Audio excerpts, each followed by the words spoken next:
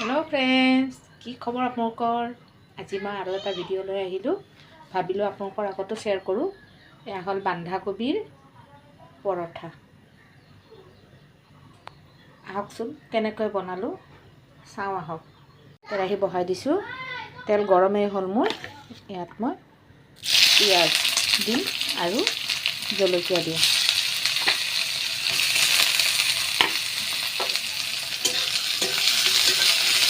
বেছি নাভাজিম, মই অলপ ভাজিম। আৰু দিম আদা নহৰু অলপমান, বেছি নহয়, 1 চামুচ আদা নহৰু দিম। দি কিনে অলপ কৰি দিম। ভাজা হৈ গ'ল, পিঁয়াজ ভাজা হ'ল। এতিয়া মই বন্ধাকবি দিম। ভাজা হৈ গ'ল মোৰ। এতিয়া হালধি দি লওঁ বন্ধাকবি। আদা নহৰু দিয়াৰ কাৰণে নিদিলেও হ'লে হয়, কিন্তু আদা নহৰু দিছোঁ মই বন্ধাকবিৰ গোন্ধ যাবৰ কাৰণে। হালধি দি লওঁ আৰু সোৱাদ অনুযায়ী নিমখ মই ওলট পালট কৰি দিম। এতিয়া ইয়াত মই মটৰো দিছোঁ অলপমান, মটৰ আৰু দুটামান আলু কাটি দিছোঁ, দুটুকুৰমান। এয়া দেখিছেনে, দুটামান মটৰ আছিল, তাকে দি লৈছোঁ। মই ডো বনাই লৈছোঁ, আটাৰ ডোটো বনাই লৈছোঁ। বনাই লৈ এনেকুৱা হ'ব লাগিব। বেছি মানে ঢিলাও নহয় আৰু বেছি টানো নহয়। মই ভাজি সোমাব লাগিব নহয় ভিতৰত বন্ধাকবি, বেছি ঢিলা হ'লে অসুবিধা হৈ যাব। এয়া দেখিছেনে, এনেকুৱা ঢিলা হ'ব লাগে। বেছি বহুত টানো নহয় আৰু বহুত ঢিলাও নহয়। এনেকৈ দ কৰি ল'ব লাগে। এয়া মই এনেকৈ এটা বল বনাই লৈছোঁ। ইমান গোটেইখিনি ভাজি হৈয়ে গ'ল। এতিয়া ভাজিত মই ঠাণ্ডা হ'ব দিম। ঠাণ্ডা হোৱাৰ পিছত ইয়াক পূৰা পিটিকি কেনে চাটনিৰ দৰে বনাই ল'ম। বন্ধাকবিটো মই এনেকৈ পিটিকি লৈছোঁ। এনেকুৱা কৰি চাটনি টাইপ বনাই লৈছোঁ। বনাই এতিয়া এইটো একেবাৰে ভিজি গৈছে নহয়, ভিজি যোৱাৰ কাৰণে এতিয়া ফাটি উঠিব। সেইকাৰণে মই অলপমান আটা গুড়া, বেচনো দিব পাৰি, বেচন নহ'লে এনেকৈ অলপমান আটা গুড়া দি এনেকৈ সানি ল'লে মানে শুকান হৈ যাব। এয়া দেখিছে শুকান হৈ গ'ল। বেচন দিব পাৰে আপোনালোকে, মই আটা গুড়াই দিছোঁ আৰু আটা ৰুটি যিহেতু। তাৰপিছত এয়া মই এনেকৈ বল বনাই লৈছিলোঁ এনেকুৱা। এতিয়া মই এনেকুৱা কৰি ল'ম, এনেকুৱা কৰি গাটা কৰি লওঁ। গাটা হৈ যোৱাৰ পিছত ইয়াতে মই এনেকুৱা কৰি অলপ দ কৰি ল'ম আৰু গাটা। এয়া মই এনেকুৱা ভৰাই লৈছোঁ ধুনীয়া কৰি। এয়া দেখিছে মই গোটেই ৰেডি কৰি লৈছোঁ।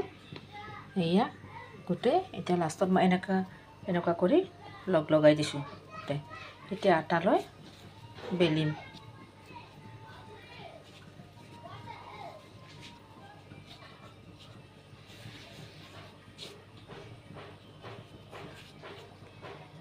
অলপ এনেকুৱা হেঁচি দিলে ৰুটিটো, পৰঠাটো ফাটি নুঠে আৰু অলপমান ওলাব দিয়কচোন। এয়া দেখিছে এনেকুৱা কৰি মিলি যায় তাৰমানে। এতিয়া মই বেলি ল'ম। হালকা হাতেৰে বেলি ল'লোঁ মই। এতিয়া বেছি মোটা কৰা নাই, এনেকুৱা মোটা, নহ'লে ফাটি ওলাই যাব নহয়। এয়া আৰু এয়া মই বহাই দিলোঁ এটা।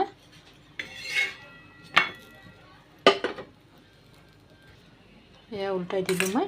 উল্টাই দি এতিয়া তেল দিম। বহুত বেছি নহয়, অলপ লাগা তেল।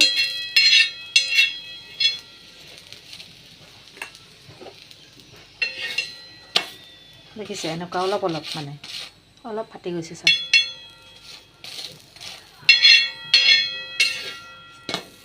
তেল কম, মই একদম তেল কম ব্যৱহাৰ কৰোঁ নহয়। আমাৰ হৈ গ'ল বন্ধাকবিৰ পৰঠা। এয়া কেনেকুৱা হৈছে বাৰু এবাৰ ক'বচোন। এয়া মই আৰু এটা দেখাই দিওঁ, বহাইছিলোঁ। এনেকৈ দিছোঁ। তাৰপিছত এতিয়া মই তেল দি ল'ম। ৰিফাইন দিছোঁ মই তেল।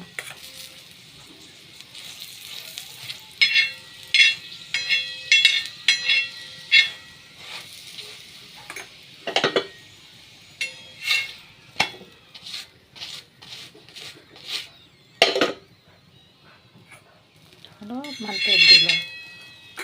মই যে আটাৰে কৰিছোঁ নহয়, আটা অলপ বেছিকৈ পৰিল, সেইকাৰণে অলপ ৰংচোৱা হৈছে। দেখিছেনে, এয়া আটা ৰংচোৱা হৈছে, নহ'লে চব ঠিকেই হৈ গৈছিলে। এয়া কেনেকুৱা হৈছে বাৰু মই বনোৱা বন্ধাকবিৰ পৰঠা। ভাল লাগিছে যদি লাইক কৰি দিব।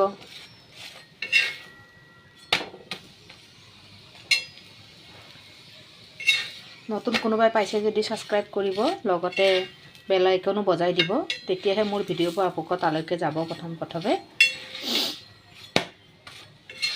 লগতে শ্বেয়াৰো কৰি দিব।